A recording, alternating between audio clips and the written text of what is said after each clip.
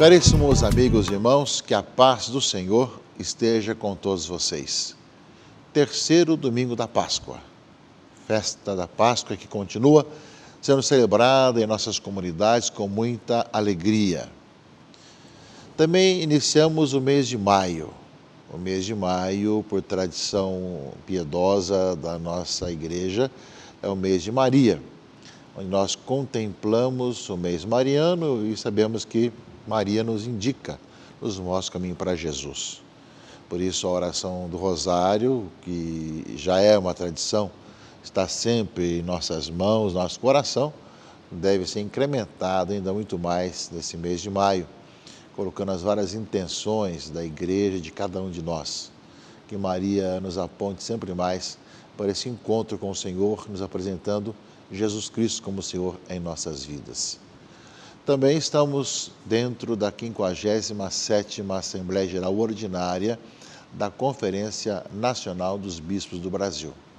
Começamos no último dia 1º, Dia do Trabalhador, Dia de São José Operário, e vai a nossa homenagem e oração por todos os trabalhadores, para que melhore cada vez mais essa situação de desemprego, dificuldades em nosso país. Mas na nossa 57ª Assembleia, essa primeira semana, nós passamos aprofundando e aprovando as novas diretrizes gerais da ação evangelizadora da Igreja no Brasil. E na segunda semana, depois de passarmos o final de semana de retiro espiritual, esse sábado e domingo, nós teremos, a partir de segunda-feira, as votações para a presidência e as comissões episcopais da nossa Conferência Episcopal. Para isso pedimos que vocês rezem por todos nós, para que possa ser um momento onde nós, além das orações, da reflexão, que sempre existem, possamos estar muito abertos à ação do Espírito Santo, para que seja cada vez mais o que for melhor para a Igreja do Brasil, nessa missão de quem vai presidi-la, de quem realmente vai presidir também as várias comissões e levar adiante o trabalho de missão e de evangelização, mas sendo um elo de unidade de todos os bispos do Brasil. Portanto, o mês de maio chega com tantos sinais muito importantes para todos nós, caríssimos irmãos e irmãs, e nos convida cada vez mais a estarmos abertos à ação do Espírito Santo para, nas intenções de cada um de nós, na intenção do Santo Padre também, que todo mês também tem a intenção especial, nós sejamos cada vez mais fermento no meio da massa desse mundo que necessita de uma experiência concreta do Senhor. Nesse terceiro domingo da Páscoa, caríssimos irmãos e irmãs, nós temos um evangelho que, conforme o lugar, pode ser mais longo ou mais curto. Se razões pastorais o aconselharem, ele pode ser mais curto. Mas tem algumas coisas importantes que são episódios que, depois da ressurreição, a igreja vai vivendo, né? Aqui na leitura de hoje, que aparece que Jesus que apareceu aos discípulos à beira do mar de Tiberíades. Apareceu Jesus junto à pescaria. E é claro que pescaria, para quem chamou os discípulos para serem pescadores de homens, significa evangelização.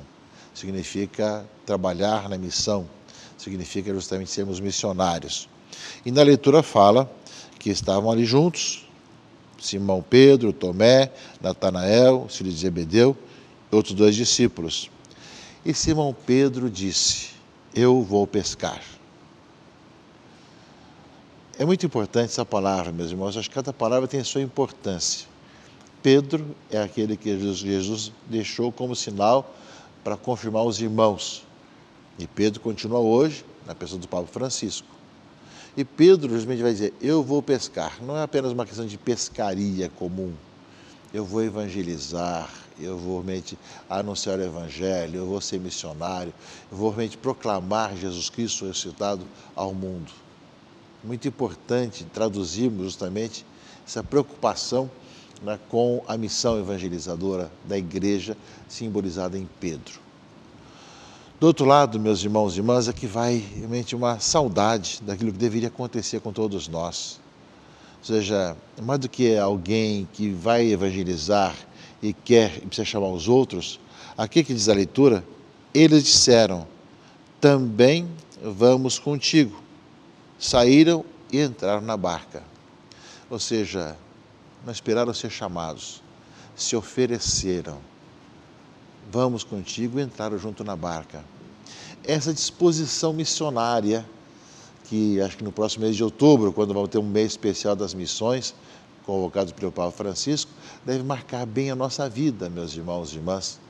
Ou seja, vivemos que a voz de Pedro, os outros se colocam disponíveis para que também aconteça, né, a evangelização, a missão, a pescaria, né? Então, interessante ver esse aspecto muito presente. Acho que isso é um dos grandes segredos, digamos, quem se encontrou com o Senhor, está com o Senhor, também não tem outro jeito de viver, a não ser anunciando o Senhor. E se Pedro diz que vai evangelizar, nós vamos contigo, estamos contigo, vamos contigo evangelizar, né? Mesmo com as condições inóspitas e dificuldades, como realmente aconteceram. As condições eram inóspitas. Por quê? Porque justamente não pescaram nada naquela noite, né? Ou seja, tinha amanhecido, Jesus estava de pé na margem, mas os discípulos não sabiam que era Jesus. Então disse: vocês têm alguma coisa para comer? Responderam que não. Também tem alguma coisa, resultado da missão? Então Jesus disse: lançai a rede à direita da barca e achareis, né? E aí justamente lançaram a rede e não conseguiram puxá-la para fora por causa da grande quantidade de peixes, né? Ou seja, a obediência ao Senhor, na sua palavra, lançai as redes assim. E aí, aquilo que os discípulos, que eram profissionais de pescaria, evidentemente, não conseguiram, ao obedecer ao Senhor, a rede se encheu de peixes, nessa missão evangelizadora. Então, Pedro reconhece, é o Senhor que está ali, não é? O discípulo que Jesus amava disse a Pedro: é o Senhor.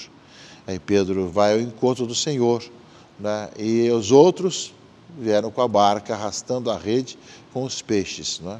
Na verdade, não estavam longe da praia. E aí, ao trazer os peixes que apanharam, contaram 153 grandes peixes. E apesar de tantos peixes, a rede não se rompeu. E Jesus disse: vinde comer. Segundo as tradições dos comentaristas, esse número de 153 era o número de nações conhecidas então, na época. Ou seja, todos são chamados a serem evangelizados, a evangelizarem, todas as nações. E quanto mais gente vem para o seio da igreja, não se rompe a rede não se rompe pela evangelização.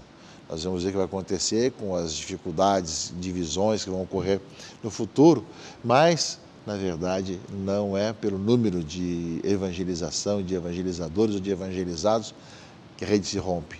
Trazem todos os 153 grandes peixes para a praia. Eu creio que essa palavra, a primeira parte do Evangelho, né, dentro desse Evangelho mais longo, é um convite a estarmos unidos a Pedro, a evangelizarmos e evangelizarmos toda a situação.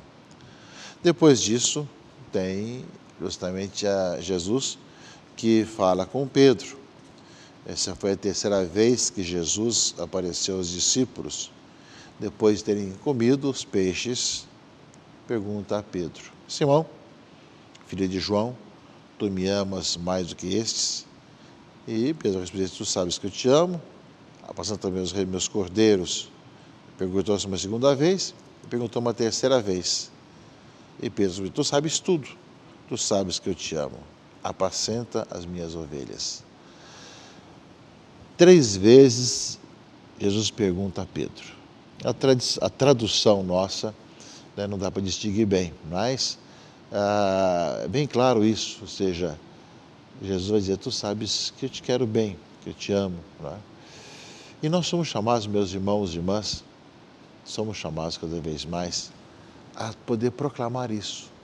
Nós amamos Cristo, nós o amamos e queremos cada vez mais segui-lo, estar com Ele, né? E é nesse aspecto que o Evangelho nos coloca também nesse domingo, dia do Senhor. Além justamente de estarmos unidos a Pedro na missão evangelizadora, se nós amamos de todo o coração Jesus Cristo, mesmo que tenhamos negado 3 vezes, queremos reafirmar 3 vezes nosso amor para com Ele. E Pedro recebe a missão de apacentar o rebanho, de cuidar do povo de Deus, para servir ao povo de Deus. E aí, na leitura, conclui que agora Pedro, quando era jovem, ia onde queria, mas depois, quando for velho, ele vai ser levado aqui e acolá, lembrando, mostrando a morte com que Pedro iria morrer, lembrando já daquilo que iria acontecer, né, que nós nunca sabemos realmente como é que vai ser o amanhã. Nós nos colocamos nas mãos do Senhor de todo o nosso coração. Então, é um evangelho muito rico. Nós somos chamados, meus irmãos e irmãs, a aprofundar e a pedir ao Senhor que nos ajude a sermos unidos como evangelizadores, a evangelizarmos a todos e, ao mesmo tempo, a dar testemunho que nós amamos Cristo Jesus, nosso Senhor, né? E de tal maneira nós o amamos que não temos outro jeito de ver, não se anunciando. Na leitura dos Atos dos Apóstolos, fala justamente, né, da proibição que foi feita aos apóstolos de não falarem o nome de Jesus, né? E por isso eles foram presos. O sumo sacerdote, né, começou a interrogá-los e nós tínhamos proibido que vós ensinasseis em nome de Jesus. Mas, apesar disso, encheste a cidade de Jerusalém com a vossa doutrina e ainda nos quereis tornar responsáveis pela morte desse homem. Ou seja, o querer calar a igreja para não falar de Jesus sempre aconteceu, desde o começo. Ainda hoje acontece, muitas vezes, né? Mas não temos outro jeito.